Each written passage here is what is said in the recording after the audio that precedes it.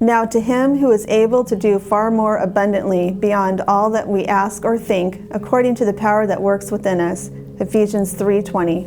We have felt the hand of the Lord in our lives at different areas, at different times, off and on, throughout our marriage. Probably the biggest area and the biggest time, though, that we felt like the Lord went above and beyond was with our oldest son.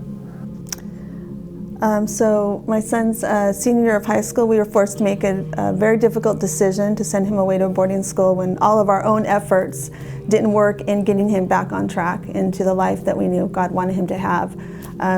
Just rebellion, drugs, alcohol, partying had taken over.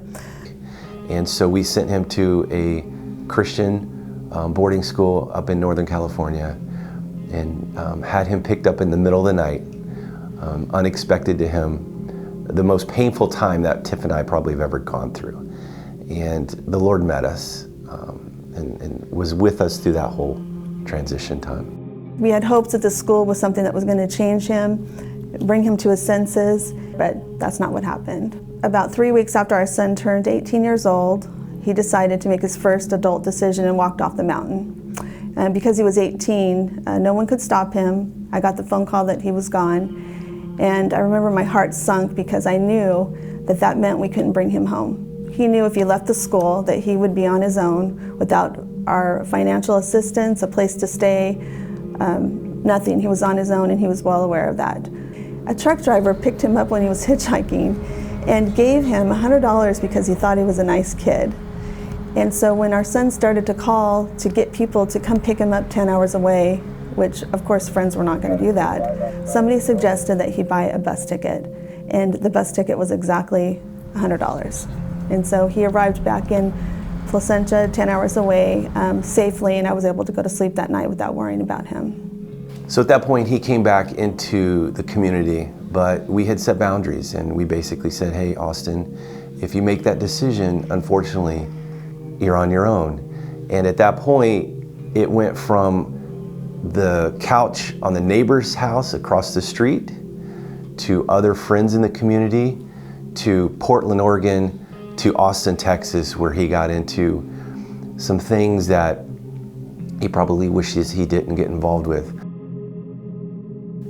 And then we brought him home for Christmas one year and basically said, look, you know, you've got a return flight. You haven't lived up to the standards. You're not going to be able to stay, but we'd love to have you home for Christmas. And we brought him home and he blew through all of his Christmas money with his friends. He went out, again, wasn't ready to make a life change. And unfortunately the Sunday came and I said, look, we got to take you back to the airport. He says he's not going. Next thing I know, he has a friend picking him up in a pickup truck and he disappeared back into the community. I realized there was nothing that we could do to change him. We had given him every chance, every opportunity, every tool. And so now was a real test of our faith. The day that our prodigal son came to his senses, it was one of the biggest rainstorms of 2016. His accommodations of where he was going to stay fell through. His cell phone was disconnected. He ran out of money. He went out to dinner with his friends the night before and tried to ask a friend for some French fries, and the friend said no. That's when he came to his senses and said, my family would have fed me. So that day he showed up at my office. We talked with him. He was distraught. I gave him a list of homeless shelters because we weren't going to take him in. He had expressed he still wanted to be able to do things his way. But by the end of the day, he realized with no food, no place to go, that he needed the Lord. He literally threw up his hands and said, I give up. I can't do this anymore. I need my family. I need the Lord. This life leads to nothing.